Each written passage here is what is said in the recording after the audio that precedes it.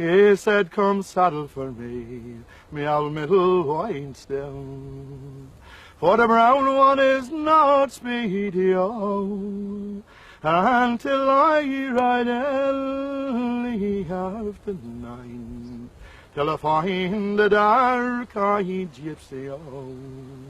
If you can't take pain, real pain, I mean, you can't be a fighter.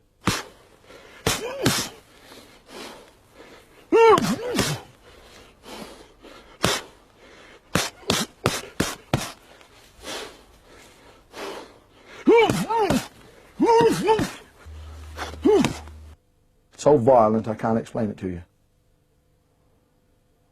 The fighting, I mean. When I get men in front of me, they try to kill me. They try to wipe me off the face of the earth. And the men behind them shouting to them, kill him, kill him, kill him. So, you know what I mean? There ain't no referee going to jump in, oh, he's got a cut over his eye. See what I mean? Stop it. There's a cut over his eye. There's no stop it. Not if you rip my heart out, they wouldn't stop it. Before me, there's always been kings of the gypsies. Before me, Uriah Burton, Big Just, was a king of the gypsies. And when he died, I inherited his title. I fought Johnny Fletcher. Then I become the champion of the gypsies, king of the gypsies. Among gypsies, like the Indians in America, there's breeds. My breed is the Gormans, the Furies, the Wilsons, the Kellys, the O'Neills, the Maguires and the Bryans. That's my breed. That's one entire breed. And I fight for them people. For the old men and the old women and the young women and the young men and the little children. For there came 3 gypsies singing at the horn. One sung loud and the other sung low. One sung loud and the other sung low, till he won the heart of the lady, oh. There's hard cases coming from all over the place to find, and I was just fighting them all the time. It was a everyday occurrence. The main fighting is a stage fight, where it's organised, where the fight's organised, and the 2 men battle to the finish, to the end, under old London prize ring rules. But you can hit him with the elbows, you can hit him behind the back of the neck, and you can hit him in the kidneys, but not below the belt. A gypsy man wouldn't lie on his back, knocked out, for £1 million and let his breed down. Then Lord Cashley came home at 9, enquiring for his lady, oh. But the servant girl made this reply, that she's gone with a dark-eyed gypsy, oh. My great-grandfather, Bartley Gorman I, was born in 1836. Bartley Gorman II was my grandfather. Then his son, Bartley Gorman III, was a champion of North and South Wales, gypsy. And Bartley Gorman IV, he didn't fight, he was a great lover. Bartley Gorman V, that's me. I'm the champion of the world. I started fighting when I was 10 years old, right up to now, and I'm 51.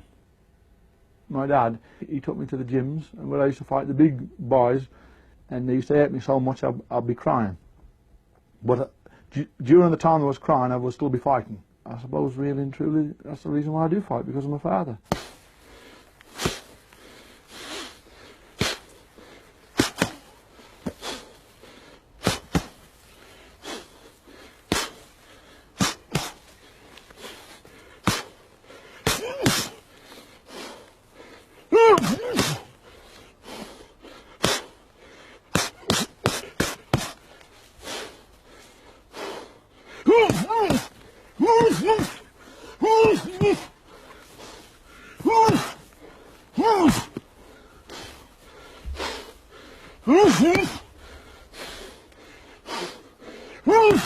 It's mind over matter, this is, you see. They said to me, all my breed, Oh, he's just like his grandfather. A little lad growing up, a little kid, you know. It was just like his grandfather. Look at his red hair. He's another Bartley Gorman. He'll be king of the Gypsies, champion of them all. No one will beat him. Do you know what I mean? It's totally in my mind. See, you can't be a fighter if you're afraid of anyone. Forget about it. You've got to be in it to know what it's like. Yeah, I was in my prime, about 31, 32, and 75. This so-called champion of theirs moved forward, stripped off. I hit him with one shot, bull hammer, right to the forehead, and down he went. Then his men set upon me. And I tried to get to the car, and there was 10 or 12 men hanging on to me, and they tried to put an iron bar down my throat. They wrung my teeth out here, and they got the iron bar in my throat, right down, and it broke my throat really. You can hear it. Yeah, it broke my Adam's apple. I kicked out, and I was kicking out, and they grabbed my leg, and as they grabbed my leg, they went up the side of the muscle, straight up into my leg, and started sawing it off. My dad tried to keep it away from us, to hide it from us, but we knew some things were going on, but he tried to protect us. How do you see things going for your dad?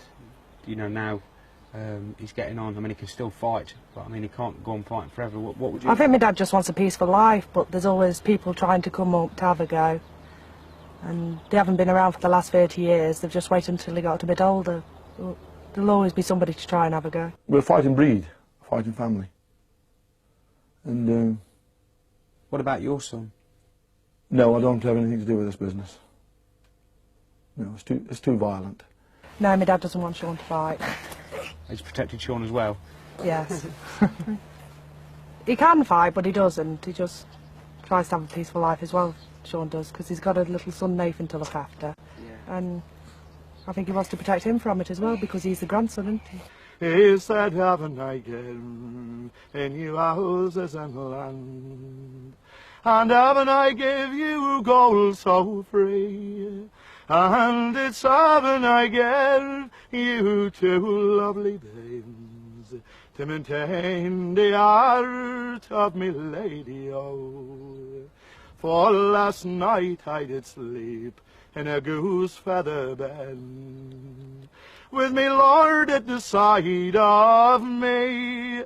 But tonight I will lie in this cold open tent, along with me dark-eyed gypsy, oh. Yes, tonight I will lie in this cold open field, along with the raggle-taggle gypsies, oh. When I say I'm retired, I'm retired. But there's no such a word as retired among the gypsies. I mean, unless I am on two sticks, walking with a frame, then they'd say, yes, he's retired. But if you look reasonable, you haven't retired. As long as I could be beaten, no matter what condition I was in, for them to say that they beat Bartley Gorman, there would be a feather in the cap. It's becoming a burden on me, Shane, yeah. This thing's becoming a burden on me. Heartache. A man can have pain in his heart as well as in his body through fighting. A lot of things have happened to me in my life. As I say, I wouldn't wish it on a dog. But anyway, I don't want to pity off anyone. As my father, he had a saying, my back is broad enough to bear it. No one knows me but me. Except God. God knows me. God knows me. And God knows all about me, and that's all that matters. I'm not bothered what anybody else think about me. Out there, this fighting, it's a stage, and I've got to play my part. I was born to play it. I must. That's my destiny. Live or die. That's my destiny.